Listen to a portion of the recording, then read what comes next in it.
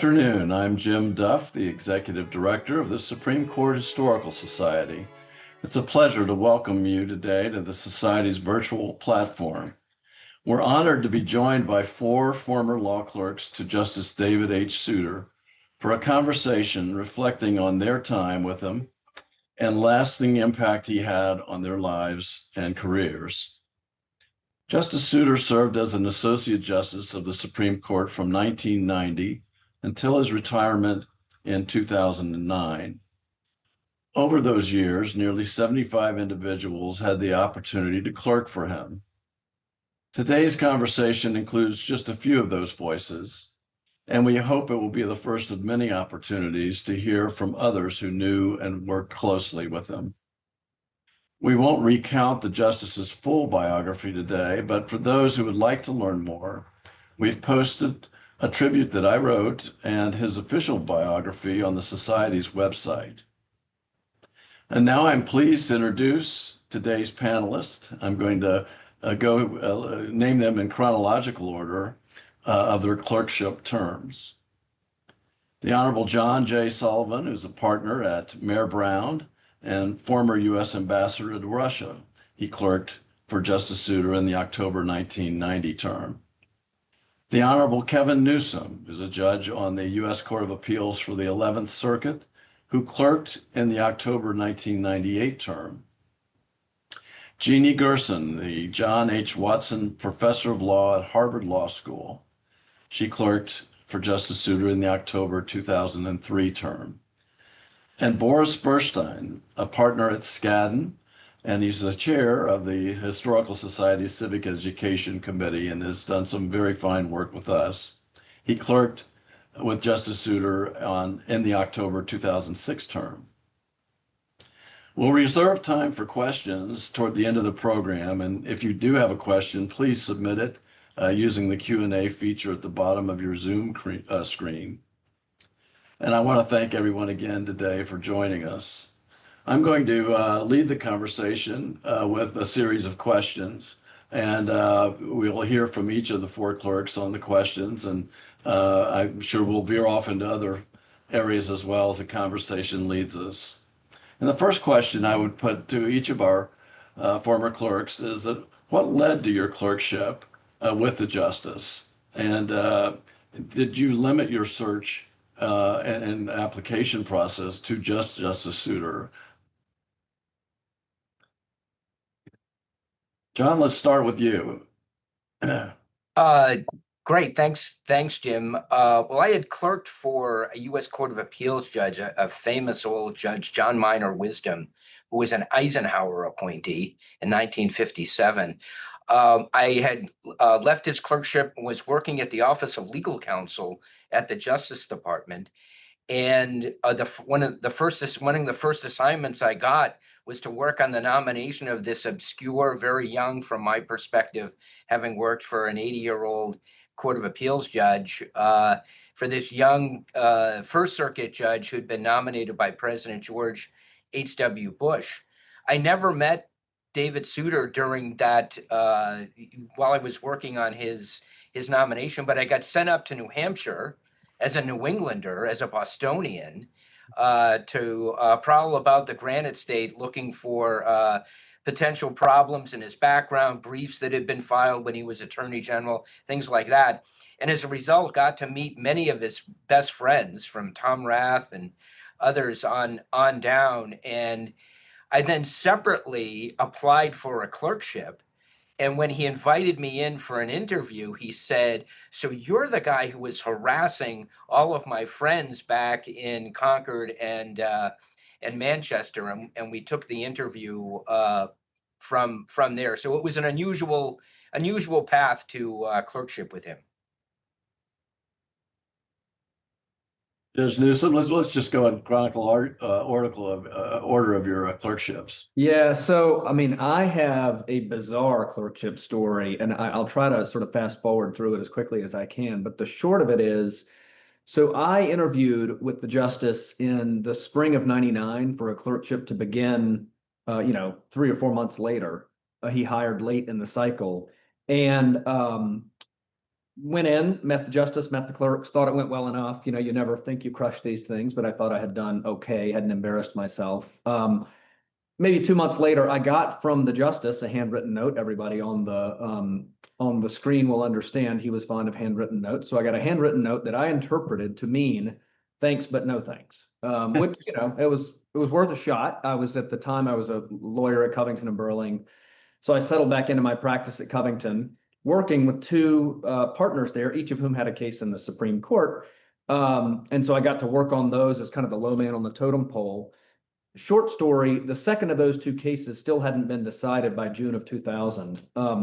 And so on a lark, I'm slow at work one day, I got in a cab, rode up to the Supreme Court to watch hand-downs with the hope that the second of these two cases might be decided. Lo and behold, it was. It was a case for Exxon against the US government. And so we won. I got back to Covington. I had 10 voicemail messages from partners, saying, hey, could you get me a copy of the opinion? And the last message on my machine was from my secretary. And she said, Kevin, this is Barbara. A gentleman named Souter from the Supreme Court called and asked if you could call him back. And so everybody on the screen, most of you listening will understand that I didn't know much about the Supreme Court as a, sort of a 26-year-old nobody, but I did know that the chief administrative officer of the court was William Souter. And I also knew that the clerk's office had the practice, as I think it still does, of calling a lead lawyer on either side of the case to tell you whether you won or you lost, literally as the hand down was happening. And so I didn't really understand why General Souter, he was a former general in the Army, would be calling, making these calls himself. I figured surely he had people to do these for him. And I wasn't sure why he was calling me. But I had a number, and so I dial it up, and some voice says hello. And I said, hi, this is Kevin Newsom calling from Covington and Burling. And he said, oh, Kevin, congratulations on winning the Exxon case this morning. And I said, well, thank you. And he said, but I'll tell you, this Exxon case has really proved to be a pretty tricky issue for me. And I said, is that so? I'm sorry to hear that. And he said, yeah, this is a call that I've been needing to make for more than a year. And I said, I'm sorry, sir, I don't know what we're talking about. And he said, well, if you still want the clerkship, it's yours. And I thought, dear God, I'm not talking to William Souter, I'm talking to David Souter. I had no idea who I was talking to. So backstory is that what I interpreted as the thanks but no thanks note was really just a not yet note. And in his mind, he just kind of filed away. I'll hire this kid for the next year, but he didn't tell me until the first of these two cert petitions came in with my name on it. And at that point, he thought, well, nuts, now I can't hire him because then I might have to recuse from the cases or something. And so I'll just hold the spot. And if he's still interested at the end of this, then I'll offer him the job. And so he said when Justice Breyer, who wrote the Exxon case, told the chief that he had the case ready to go, Justice Souter said he kind of polled his colleagues at the conference and said, okay, here's the deal. After we hand down this decision, can I call this kid and hire him? And do you think I need to wait for the petition for rehearing process to run its course? And they all basically said, no, call him. And so the punchline here is that I've been the subject, in a way, of a conference at the US Supreme Court. So that's pretty bizarre. That's how I got my clerkship, by the skin of my teeth, a lot of dumb luck in that story.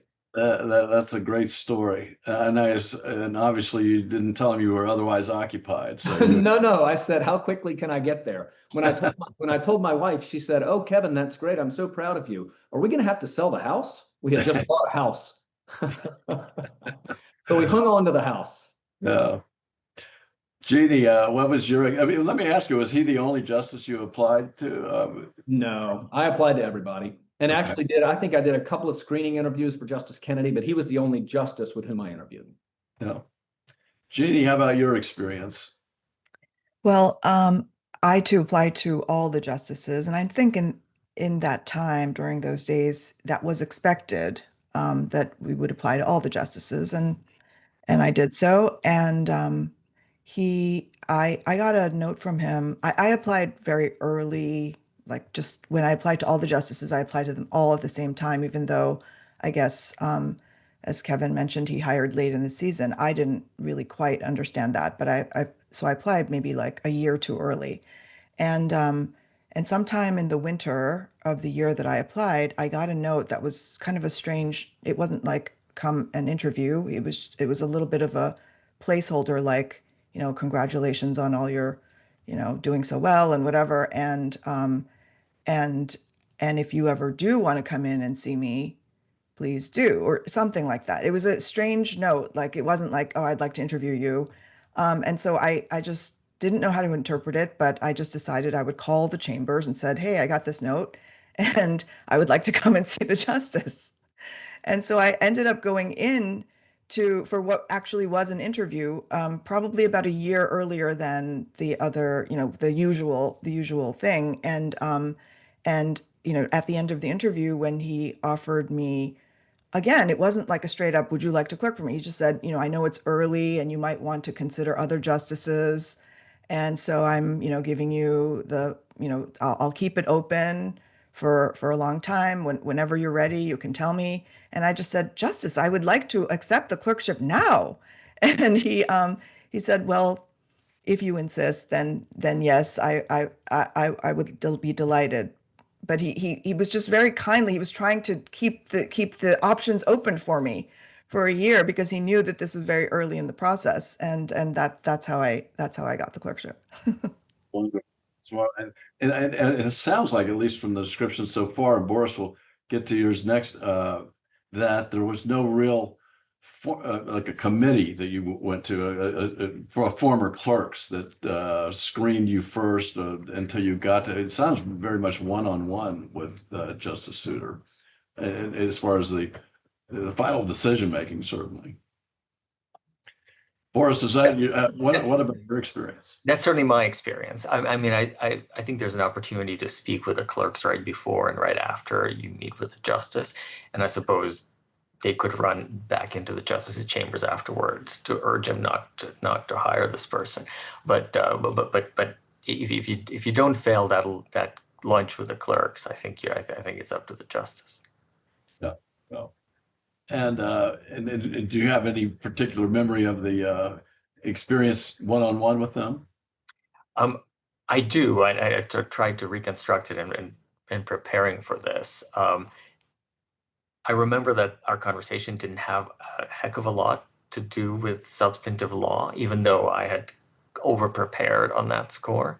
I think we may have briefly touched on Justice Harlan, whom, as you may know, as Justice Souter had a special affinity to. But other recollections I have is that I was born in Ukraine, which Justice noted, and said that this was, I think, a period when he had a focus on his ancestry, and he said he thinks that he could trace his ancestry to Vladimir the Great, who was like a 10th century important character in the history of that region, which I definitely could not do. So we had that to converse about. There was also an East Asian art exhibition at the Smithsonian at the time. We talked a little bit about that, but the thing I remember most distinctly, it's something that has never happened to me before, and I regret not since either, that I walked out of that interview thinking, if I get this job, I will literally be the luckiest person in the world. I've never had such an intense feeling like that before. And I remember getting a call from him. I was in private practice at the Wachtell Lipton firm at the time. It was a personal call from the justice, just like Judge Newsom described. It was also on Valentine's Day. And I think I was so excited that my fiance at the time, now my spouse, I think found me much distracted. Well, you're all conveying a sense already of the kind of person he was and how personable he was, and your relationship with him. Did he have any particular? Boris, you mentioned that he didn't really talk about law much in your interview. What was your experiences, John and Judge Newsom and Jeannie? Did you go over law with him in the interview process, or was it more personal? I did not. He did not talk to me about law. And even though like Boris, I had of course prepared to talk about legal doctrine, but that never was the topic of the interview. We talked about a woodcut print that he had just acquired and was waiting there to be hung, and so we spent some time analyzing its composition and talking about that. And then we talked about literature. I remember we talked about French poetry from the 19th century, and I had actually done a doctorate in French literature prior to going to law school. So he was about as erudite and learned about that topic as anyone I had ever talked to. And then he asked me, even though he had not raised any legal issues in the interview, at the end, after a very long disquisition about Baudelaire and other 19th century poets, he then, got serious and said, here what we're trying to do is we're trying to get things done. We're trying to, these are very practical matters. Do you feel that you can, really, do you feel comfortable with that form of writing? Because he knew that I was good at analysis of the written word on the page, but he wanted to know, is this something that I'm also interested in? Writing that actually really has to keep in mind that we're trying to get things done here. And I assured him that yes, I was, and he seemed satisfied. I'll have to say, Jim, I'm embarrassed to admit this, but I think I must have largely blacked out because I don't have any independent recollection of what I talked to the justice about at all. As I said earlier, all I really remember is walking out of the building and thinking that I hadn't humiliated myself. But that was about as much as I could say. I remember thinking that he and I were quite different. He's from New England, I'm from suburban Birmingham, Alabama. We don't have a ton in common. But I remember thinking that was really enjoyable. And if this, sort of like Boris said, if this works out, wow, that would be a lightning strike. And if it doesn't, what a cool opportunity that was. I just got to, sort of hang out with a Supreme Court justice for an hour. But the details I have no recollection of. I'm sorry. It's funny because he puts people at such ease. Yeah. And then your experience through the year, I'm sure, was different in that. I mean, you became much more comfortable. And so I can understand that feeling and the initial meeting and the interview, but it didn't take long. My experience with him, which was a wonderful one for a few years, many years over the time, was that he's just one of the easiest people to be around that I've ever met. John, was that your sense? Yeah, we had most of my interview was spent talking about politics, but not in the way that you might think of politics today in 2025. He focused on we talked about my Irish ancestry and the fact that my grandparents had been born in Ireland and that I grew up in the Boston area. And he started talking about this novel, A Last Hurrah, which is about, former, it's a fictional account of James Michael Curley, famous mayor of Boston, governor of the Commonwealth, and telling stories about Boston politics and then New Hampshire politics. And he himself had been involved in politics in New Hampshire as deputy attorney general, then attorney general, working for a governor, Meldrum Thompson, who at times was fairly controversial. And so he wanted to talk about politics. And as I say, he mentioned it wasn't French literature, it was The Last Hurrah and some of the characters in this book. I remember he was fascinated by the character Ditto Boland. For any of you who have read the book, The Last Hurrah, Ditto used to follow the mayor around, and whatever the mayor said, Ditto would say ditto, because whatever the mayor said was right. And before I knew it, an hour had gone by, and I thought, my God, this man is wasting his time talking to me about all this stuff. And we never talked about any substantive legal issues. And I left not knowing, again, like Boris, thinking, gee, if I get this job, boy, this is going to be a fantastic experience. And it wasn't until I got a call directly to my office from him, introducing himself as David. And fortunately, I recognized his voice on the other end of the line, and didn't say, David who, but it was definitely not what I expected to be an interview with him. What my interview would be like with him. Well, as all of you have indicated, he was extraordinarily well read, and he had so many books that his house in New Hampshire had to be the structure of it had to be reinforced to bear the weight of all the books on his bookcases. But the one book I'll ask you this question: the one book he seemed to enjoy most was about it was called the Outermost House: Life on the Great Beach of Cape Cod. Did he ever mention that book to any of you? Because we quoted from memory the opening line from that book, and I don't know if he ever mentioned it to you, but it stood out in my memory of conversations with him about the many books he had read. Jim, I don't remember discussing that book. I will tell you two sort of funny stories about that occurred during my clerkship that are a testament to his learning and my, I suppose, lack of learning.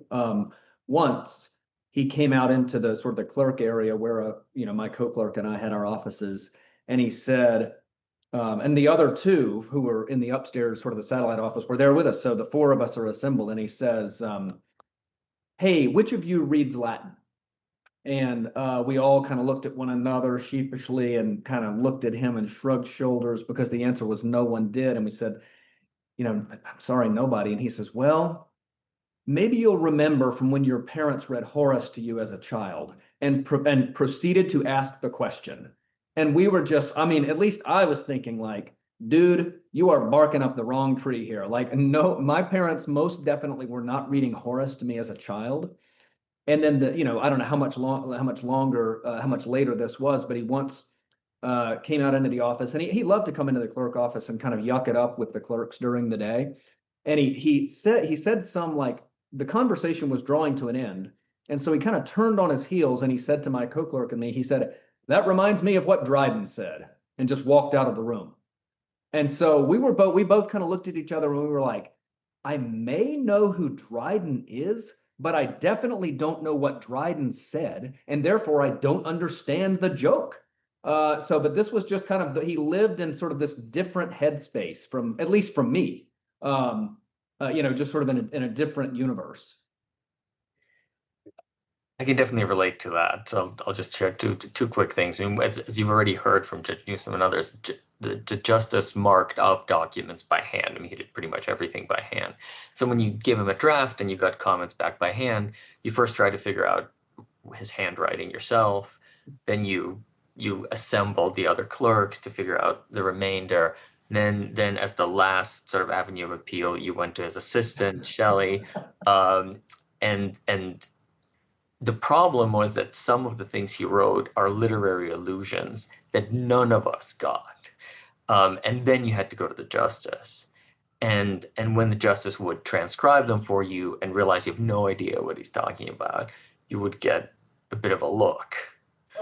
Like, why did I hire you? And I guess the other thing I'll share is in our kind of final goodbye meal, I made the mistake of asking the justice what his reading plans were for the summer. And then he said, well, there is this period in the history of Byzantium that I never feel like I truly understood. And so I've been assembling books over the years that are kind of the right reading list to fill that gap. And I think this is the summer I'm going to tackle that. So then I felt thoroughly inadequate. Well, then these stories feed into sort of a list of questions I wanted to ask of you, and including the culture in the chambers. Was it an easy Were things scheduled? Did you have regularly scheduled meetings with him on the opinions or cases you were working on, or was it more casual and just random? Your interactions with him on a daily basis. I would say they were not totally scheduled, nor were they totally random, because he was very much a creature of habit. And in that way, you could kind of estimate, oh, he got in to work at this time. And so, within an hour or two, like he'll definitely come in to the area where the clerks are sitting, and that's where he would read the newspaper and have a cup of coffee. And he would do that all standing. And that we knew that that was our time on a daily basis to be able to sort of, schmooze with the justice and talk to him about the news of the day. And then he would invariably launch into a, a beautifully crafted and woven story from the past. And so we always knew that some kind of treasure was going to unfold before us. And then he just had this elegant style of just ending the conversation with some comment. Perhaps it would be about Dryden or or about Byzantium. And then he wouldn't say, okay, I got it to go. He would just leave. He would just leave, and we would all sort of, sit there silently for a couple of seconds, taking it all in. And so that was the routine. And then if you had a case that you were working on and that was going to be argued the next day, then there would be some time scheduled the day before to discuss it, perhaps like later in the day to discuss it before he went in for oral argument. And then after that, with the opinions, it was just, come and go. You would hand in a draft, and then it would just be sort of as, catch as catch can. Similar experiences the rest of you had was sort of a mix of scheduled meetings with him and then random ones, I assume. Did he ever espouse a particular judicial philosophy or try to coax you in one way or another on matters coming before him in the court, or was it just case by case that he interacted with you on, or was there an overreaching judicial philosophy that he wanted you to be aware of that he held in his approach to the law? I mean, I'll say, Jim, I think one of the things that I'm most grateful for really is that I think I really just despise labels. But if we're going to use labels, then I think Justice Souter probably knew when he hired me that I was more conservative, so to speak. My judicial philosophy was more conservative, so to speak, than his typical clerk. I had clerked for a very conservative Court of Appeals judge of Skadden. I had written things that sort of gave me away as a formalist. And yet, number one, he hired me. But number two, much better, he always told me and made me believe that he really wanted to know what I thought and why. He didn't want me just to be a mouthpiece for him because he knew what he thought. He would figure out what he thought, but he genuinely wanted to know what I thought. And that is just a lesson that I think I just sort of absorbed so fundamentally that it's like the first thing that I tell my own clerks now. And I really don't, when I'm hiring people, I'm not trying to hire people necessarily in my own image. I want sort of a diversity of views, and I want people to feel empowered to tell me what they are. Because the only way that I can have any prayer of getting to what is the best answer in every case is if my own views are being tested, everyone else's views are being tested, and there's this real sort of idea lab in the works. And I think I really learned that from him. He lived that with me in a very kind of personal way. And so I don't know, that was very special to me. Maybe I'll just share one episode of that I recall how he thought about cases. Now to understand the dynamic here, I want to go back to something Jeannie said, which is that the Souter clerks generally spoke with the justice about the case the night before oral argument. Now, at least when I was clerking, there was a sort of a tradition of the 9 clerks who worked on a particular case for the 9 justices, consulting with each other in advance to compare notes, and the other clerks tended to know where their justices stood, some weeks in advance. Whereas the Souter clerks were always completely useless in this conversation because we never knew where the justice stood because we didn't speak with him about the case until the night before. And so this was a case in which was the next in a line of cases that kind of spread out over the years. And in a prior such case, the justice was in dissent. And I discovered through this sleuthing with the other 8 clerks that this time the position in which he was in dissent might actually have a majority. And so I came to the justice excitedly saying, your dissent from 3 years ago is now going to be vindicated. You're going to flip the court. To which he said, no. That's now the controlling precedent, the case, where I was in the minority. And now I'm going to go with that majority that I wasn't a part of because that is now what the law is. No doubt confounding everybody, first of all, me. So that's just at least a little idiosyncratic illustration. Well, my experience was very different because I was with him from the start of his first term. And if you think about it, it was really his start as a federal judge.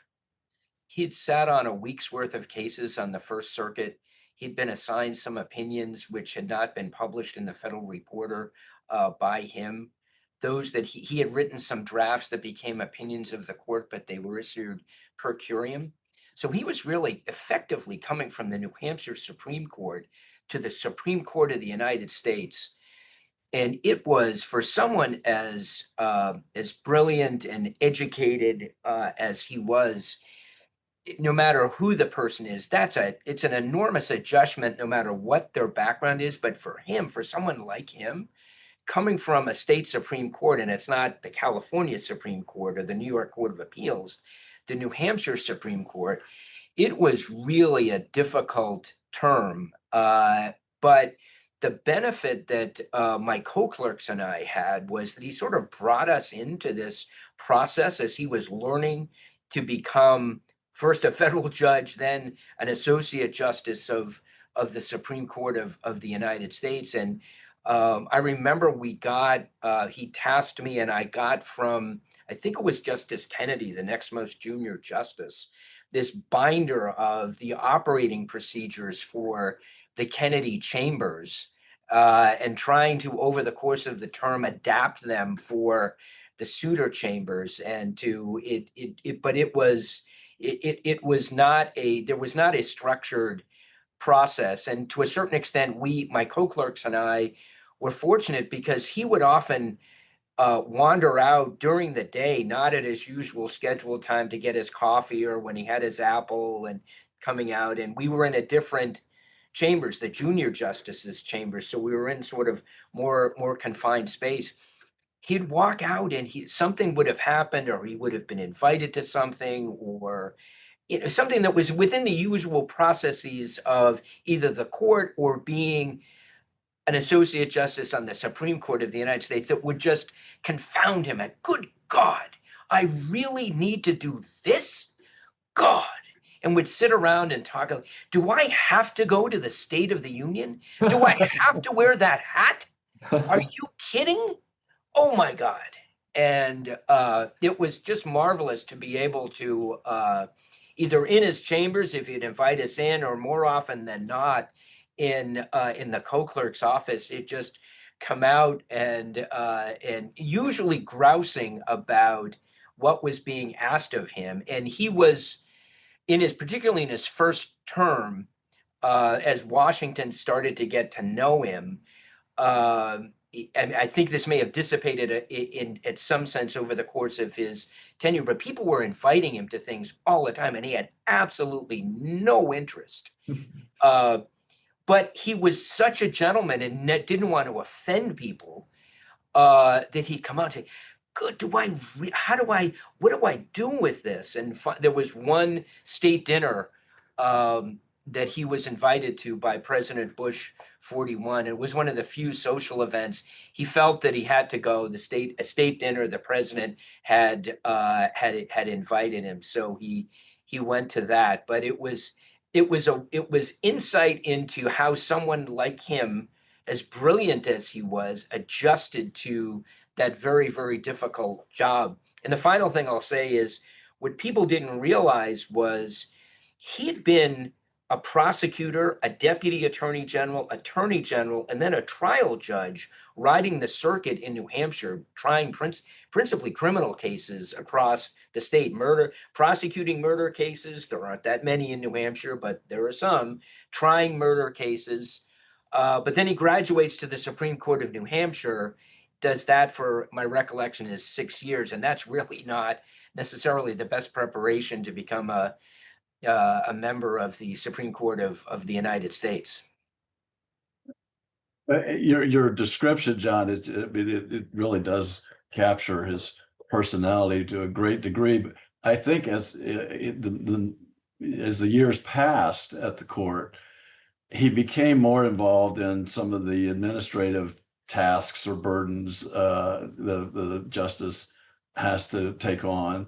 And probably not so much in the term you clerk, John, but perhaps with others. I wondered if he included his clerks in any of that sort of judicial administrative work on a federal level that he actually did get involved with from time to time, and much of it behind the scenes and not actively. And I'm thinking specifically, when I interacted most with him was when we were working on trying to get adjustments to the pay for judges and justices, which was woefully way behind, and they weren't even getting cost of living adjustments. And he got pretty actively involved in that initiative and trying to help his fellow judges,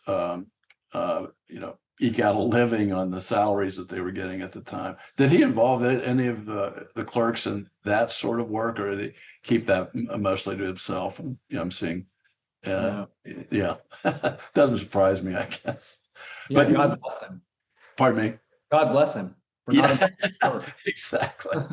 I did you a favor, but it also doesn't surprise me that he didn't burden you with what he might have, honestly felt to be tedious work, and kept you focused on the cases and in front of the court. We're moving along at a good pace here. I want to get to some of the and your stories are wonderful and really capture him so well. I do want to get to some of the other questions I had in mind before we turn to our audience's questions. And one is what was your most memorable experience, assuming it wasn't your first interview as a clerk in the clerkship application process, which you've already recounted, but do you have another and most memorable experience that you've taken away from your clerkship? Well, I have two that kind of compete with each other for most memorable. One did happen at my interview where at the end, I think he always asks the interviewee, "Do you have any questions for me?" And I said to him that I had read his opinions and that his writing style is very distinctive. They don't sound like anyone else. And I asked him, how did he think that he had developed that? And without any pause, he said, "Oh, it's because I grew up with the Book of Common Prayer in church." And so he explained that the cadences, the repetitions, the patterns, the pairings, those kinds of things had really, been ingrained in the way that he speaks and writes. And so, and me, I had never come across the Book of Common Prayer. That was not religiously where my family had been. So it was really the first time that I had thought of the Book of Common Prayer as almost like a piece of literature to be analyzed. And so from that point on, it just had a big effect on me I became more familiar with that text. And so that was a very memorable moment. And the other one I would say is just, he, as we all know, he like John mentioned, he would complain, in his gentle way about things that he had to do that were obligations, mostly of the kind that, some people would enjoy, which is like being the center of attention and giving a speech and having everyone be admiring and just applauding and saying, "Oh, it's so wonderful to have you with us." Those are the kinds of things precisely that he really dreaded. And mostly he turned down those invitations. But once in a while, if it was like, say, like he was a circuit justice, I believe, for the First Circuit. So if it was something like that, once in a while, he would feel like obligated to show up and say a few words. And then he would come back and he would say, "Oh, I had to sit there and be a trained flea." That's how he felt, that he was a trained flea. Um, and, but at the same time, he did have this incredibly nostalgic side of him, which was, and that this nostalgia was very much about social life. It was about, and he would talk about like the 19th century, the early turn of the century, and he would talk about, times when people would dress for dinner, and kind of the etiquette and the manners and the ways in which people would react to and interact with each other socially. And the kinds of books that he loved were often about, social life and custom. And it was so interesting that somebody who didn't have any interest in participating in that, even at these very formal dinners, like the state dinner and things like that, he just didn't have any interest in doing that. And yet he spent some of his time, a lot of his time talking about, a different time that he yearned for were times that very much were around a certain kind of social life. Wonderful description. There's your most memorable experience. Yeah, I'm happy to share a couple. I mean, one is a good juxtaposition to what Jeannie had just told us about a sense of nostalgia, and it is also one of these coffee newspaper period episodes. So the justice was in the clerk area. He was having his cup of coffee. He was looking at the newspaper, and he just kind of closed the paper and said, "The news, it is just so vulgar. I've read about these services you can get where you receive a newspaper from a different age, and maybe I should just sign up for that, and I'll open the newspaper and I'll say, what did Calvin Coolidge do today?" And then he turned on his heels, just as you already heard, and just marched out. And I mean, it is a humorous story, like so many stories you've heard today, and I'm sure we'll hear more. But it is a little bit about a person who is renowned for being a little bit out of his time, and yet a very much a great American of our time. And for me, and I know I think all of us at some point maybe experience a feeling of not being quite in the right time. I think these interactions with him are incredibly precious to me. And I'll just share one other thing, which is just more of a, I think as you could sense, for a lot of us, the beauty of the clerkship is not so much about working on a particular case or exploring some sort of doctrine, but about interactions with the justice. And I think Justice Souter was one of the funniest people I've ever met. He just had an incredibly charming sense of humor.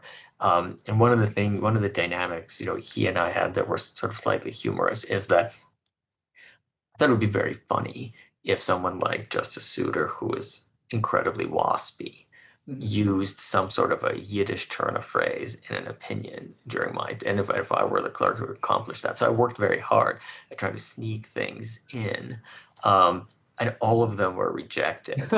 But in the last writing that I did with him, which also happened to be the longest writing he did of the term, I got a beautiful handwritten note from him that said, "Well, here's the full Megillah, or at least as full as it's going to get." And it's one of my most cherished possessions. Yeah, Jim, I would just say, I mean, my sort of the highlights to me like Boris and Jeannie have said, were the interactions with him. And I think one of the coolest things about him is that, as he's been described, and this is exactly accurate, he was kind of, sort of this 18th century guy stuck in the 20th and 21st centuries. But he knew that about himself. And I sort of dig the self-awareness. My favorite, I think, sort of peak Souter story for me is one he told on himself, likely at one of these newspaper and coffee episodes, where he told us the story. I hope I've got the details basically right, that when he was a justice on the New Hampshire Supreme Court, it was a much smaller environment. And so he said that they would celebrate the birthdays inside the building communally, everybody together. And he said there was a clerk in another justice's chambers who was celebrating a birthday. And so they were having a gathering. And he said he had gotten stuck on a telephone call with a buddy of his who I think was like the chair of the New Hampshire State Historical Society or some such. And so he was a little late getting to the gathering. And when he showed up, the honoree brings over to him a piece of birthday cake. I guess this is when he still ate birthday cake, and brings it over to him. And the woman says, "Justice Souter, I'm so sorry that you weren't able to make it for the beginning for the cake cutting. My co-clerks actually got me a cake with a picture of Garfield on top." And Souter said he kind of thought to himself, well, okay, sort of that's what floats your boat. And he said the gathering ended. He walked back upstairs to his chambers and rang up the guy who he had just been talking to. And he said, John, you and I were just bemoaning the lack of civics awareness in today's youth. And I now have proof that it's not as bad as we thought. I just came from a birthday party in which the honoree had a portrait of Garfield on top of the cake. And he says, then John told me it was that damned orange cat. And so to me, the great punchline of that story is not even the damned orange cat line. It's that there is one person ever who thought it a little weird, but not outside the realm of possibility, that someone might have a portrait of James Garfield on the birthday cake. Souter's reaction was, I'm kind of a Lincoln man myself, but if Garfield is your guy, okay, you do you. And he was telling that story on himself because it is so positively ridiculous to anyone with even 1 foot in modern times. And he realized about himself how quirky he was. And I just think self-awareness in people, especially of that station, is, and sort of, the ability to make fun of oneself is such, it's a commodity that is in vanishing quantity, and he had it in spades, which was awesome. Yeah, he used to joke, we'd give him drafts. This is, as I think, not just as clerks, but he himself is learning, establishing his voice, his style in writing judicial opinions, and would give him a draft and he would chuckle and say, okay, now I'll inject some lead into it. And I won't say which. This was one of the more memorable moments of my term. It's a little embarrassing, and I won't embarrass my co-clerk by saying who it was who said this, but a draft had been going back between my co-clerk and the justice, and my co-clerk kept making a change which he thought was necessary, grammatical, idiomatic, not substantive. And the justice kept changing, the I in inquiry to an E, that sort of thing.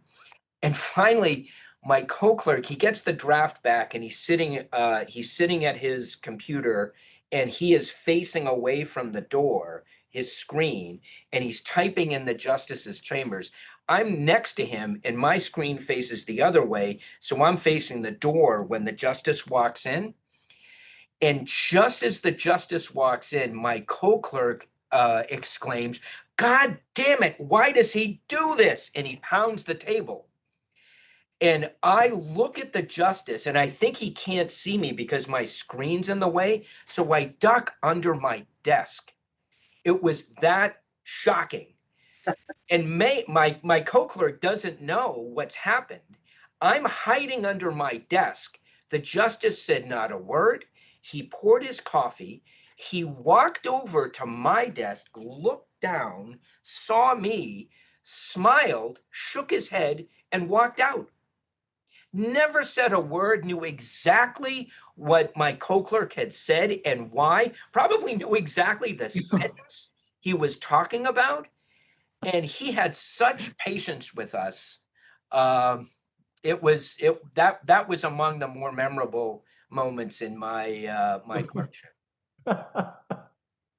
They're fantastic. We could go on for hours with this, but I would be remiss if I didn't ask some of the questions from the audience. I didn't get through my list, and so we may have to do a repeat of this so I can finish my series of questions. But let's go to the audience questions. One is, the first was, other than Holmes and the second Justice Harlan, did Justice Souter ever mention any other historical judges or legal thinkers that influenced his own judicial philosophy?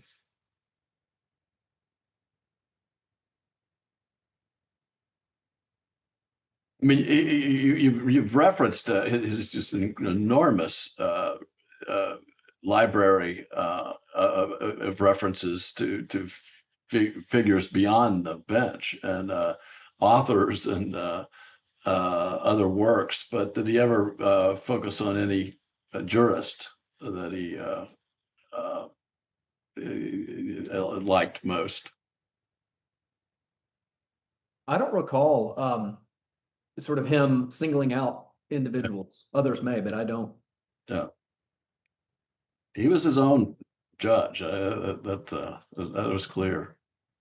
The one thing I recall is Justice Brennan had retired and had chambers just down the hall from Justice Souter's, and he would often he was very fond of Justice Brennan and really liked socializing with him and talking to him. And then the judge I clerked for, John Wisdom, like Brennan, as I said earlier, an Eisenhower appointee from the mid-50s.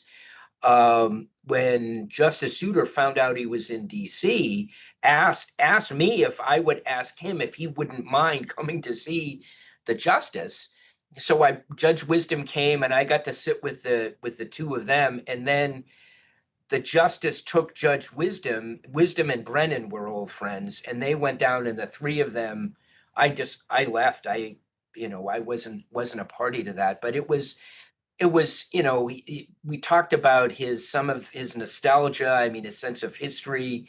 And that's the one thing that comes to mind when I think about him and some of the particularly older judges and justices who were still with us when he was transitioning from the New Hampshire Supreme Court to the Supreme Court of the United States. Thank you, John. How did Justice Souter handle disagreement with the clerk's suggested approaches? Do any of you have any experience in that regard, making suggestions to him that he didn't go along with, and how did he approach that? I remember once there was a case that I was working on for him in which it wasn't like a grammatical kind of thing like John was describing. It was the substance of the case, and sort of we just saw it differently. And I just remember his generosity and graciousness in saying to me, basically, like, keep coming at me. You will know when I've made my decision, you'll know. And you have enough judgment to kind of stand down at that point, but don't bid against yourself. Don't stand down in advance. Like, keep coming at me. And again, it's just sort of it's part of the same kind of attitude that I was describing earlier that he showed to me throughout the entire year, which was, don't trim your sails, don't sort of forsake who you are. Be exactly who you are, and you'll know. Like at some point, if we reach a point of impasse, I'm the justice and I'll make the call, and don't worry about it. Which I thought, again, is just pretty great, to sort of try to infuse some 26 or 27-year-old nobody with that kind of confidence, I guess, to try to be my best self, I thought was pretty special. There was one time when we started out in different places, and I tried to convince him of something, and we went back and forth, and it was about a framing. It was a framing issue more than which way should it come out. it was like how to frame the facts and how they had unfolded, and that the facts would make a difference in terms of how you would apply the law. And I remember he, over time he went with the framing that I had suggested. And then a little while later, after all was said and done, at some point, of course, now this was his opinion. So I said, well, the way that you decided to, your vision of how to reframe this, and he just stopped and said, Jeannie, this wasn't my reframing, it was yours. It was almost like he wanted me to he wanted me to, like Kevin is saying, he wanted me to understand that I had a point of view, that it had been persuasive, and that it wasn't just that my job hadn't been just to like try to predict what he was going to do or what he was going to think. And he just took that moment to make that distinction. And I just thought that was kind of odd. At the time, I just wondered, well, is that a good thing or a bad thing? But it was very memorable. Inspiring, really inspiring, actually. Let's see. Then I mean, one more question here, and then I have a couple other points I would like to offer, and that is, what was the most important thing the justice taught you during your clerkship?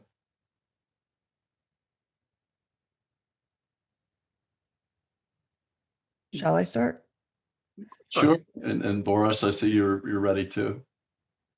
Yeah. The most important thing that I think he taught me, and it was it was really osmosis rather than a specific lesson or a set of talking points that he would try to instill.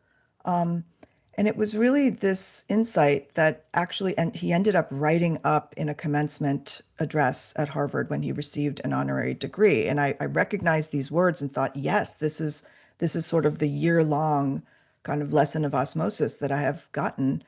And it was the idea that the Constitution reflects the desire of human beings and Americans to have things both ways, that there is no simple rule of decision for cases in which there are competing values that are truly at odds with one another, and that the Constitution has this openness that it embodies the desire of people to have things both ways, that you want liberty, you want security, you want equality, you want liberty. And sometimes those things come into tension. And I think that, the question earlier about judicial philosophy, it's kind of hard to actually summarize Justice Souter's judicial philosophy, because it does reflect the idea that you want things both ways. Sometimes you can't have all of those things both ways in their full measure. But part of what is happening in law and in life is that you are finding a way through it without reducing things to a simple rule of decision. Wonderful, Jeannie. Did you have an observation too? Sure. I mean, something that sticks in my mind is a particular moment when I realized like how this unbelievably intellectual person at the top of the legal profession cares, and how much effort he makes to make sure that the normal litigant, the person before the court, gets a fair shake. And the moment for me is that, as you may know, at least at the time I clerked, the court received about 10,000 certiorari petitions a year. And of course, only a small fraction of them get heard. And the justices pool their clerks, at least 8 of the 9 justices did when I was clerking, in order to review these petitions, just screen them for meritoriousness. And some of the screening memos are as much as a sentence or two long. And one day the justice pulled me aside and he said, here's a petition that I fished out of the pool, and the memo was done by a clerk in another chambers. It's a pro se petition by a prisoner, a handwritten pro se petition by a prisoner. And he said, I don't know that there is anything there, but I think the memo gave it short shrift. Why don't you take a look and see if there's anything we can do to help this person because he may have a legitimate beef? And I just took my breath away. The work ethic it takes to pour through those cert petitions, including pro se prisoner petitions, it is truly remarkable. John and Kevin, do you have anything you'd like to add to that? I guess I would just say, like Jeannie said, I learned so much from him just by watching him. And like there weren't lessons, as Jeannie said, but just watching him do his work. And I just think like a ruthless independence of mind, that's what I walked away from that experience with. And I hope that it sort of characterizes my own, sort of tenure as a judge. I hope that's, I think that is like the core lesson. And it wasn't he never walked in and said, hey, it's important if you're a judge to have an independent mind and to understand both sides and to, not really worry so much about who you're going to annoy in the process of deciding this case. It was just kind of like hardwired into his DNA. That's who he was, and that's how he did it. And I was watching, and we were all watching. And so that was, to me, that's the thing. Yeah, and respect. Boris touched on this. Respect for the institution of the court, the institutions of our government, and especially for the people involved, whether they're litigants, advocates. And when I think about him, we all conceptualize him as I think was Boris said, as somebody at the apex of the American judiciary, as an intellectual and so forth. But his best friends back home in New England were sort of salt of the earth politicians. Warren Rudman, who was senator from New Hampshire, Tom Rath, former attorney general of New Hampshire, who's a well-known political consultant. And he had this group of friends. If you've ever heard the name Frank Bellotti was the Attorney General of the Commonwealth of Massachusetts. And he used to convene, they called it the Bellotti Dinner, every year. It was a group of the 6 people who, and there were, at any one time, there were 6 attorneys general in New England, right, for the 6 New England states. But whether it was Warren Rudman, Tom Rath, David Souter from New Hampshire, for whatever time period Bellotti, and I think it was 12 years, he was AG of Massachusetts. Whoever was AG of New Hampshire, AG of Connecticut, Rhode Island, etc., they'd all gather for dinner with Frank Bellotti in Boston. And that was one of the few social events that I know that Justice really liked. This wasn't at the Society of Fellows at Harvard. This was some more brass knuckles political types, but he really identified with him. And I know toward the end of his life during the pandemic, he really regretted it. It was a real moment of regret. Bellotti turned 100, and there was the Bellotti dinner. There should have been the Bellotti dinner, and he couldn't go because of COVID. And it really hit him. It hit him hard. But those were his friends. His friends weren't necessarily, the highfalutin intellectuals. He could go toe to toe with any of them. It was, when I think of him, I think of those people that he was very, very close to back in New England. Thank you so much for these descriptions. You really captured what a wonderful man he was, and very grateful for this and for your time.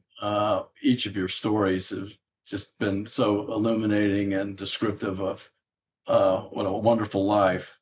I mentioned earlier he was very fond of the thousands and thousands of books that he's read over his life. He was expressed to me on more than one occasion. He was particularly fond of The Outermost House, Life on the Great Beach of Cape Cod, which was written by Henry Bershteyn in 1929. And he often recited from memory the opening sentence in that book. And I'm going to read it to you. I can't remember it, but he recited it from memory on more than one occasion to me. East and ahead of the coast of North America, some 30 miles and more from the inner shores of Massachusetts, there stands in the open Atlantic the last fragment of an ancient and vanished land.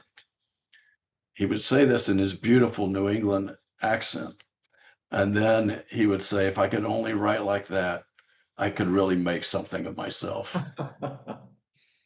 And of course, he did make something of himself. And in many ways, I thought that he personified the Cape Cod captured in Bershteyn's book. He often stood alone, a fragment of a vanishing and ancient way of life, as many of you have described. But as Boris mentioned too, he was also very much a part of our current lives and American life and now American history on his part. And he was such a great contributor to it. We're all blessed to have had him as a friend. With that, I would like to thank you again very much for joining us today. It was enlightening and warm, and we could go on, I know, for another hour at least. I hope this is the start of many more conversations remembering Justice Souter. I want to thank you all again very much for joining us on this very special day. And again, I hope there are many more tributes to come to Justice David Souter. Thank you. Thank you, Jim. Thank you.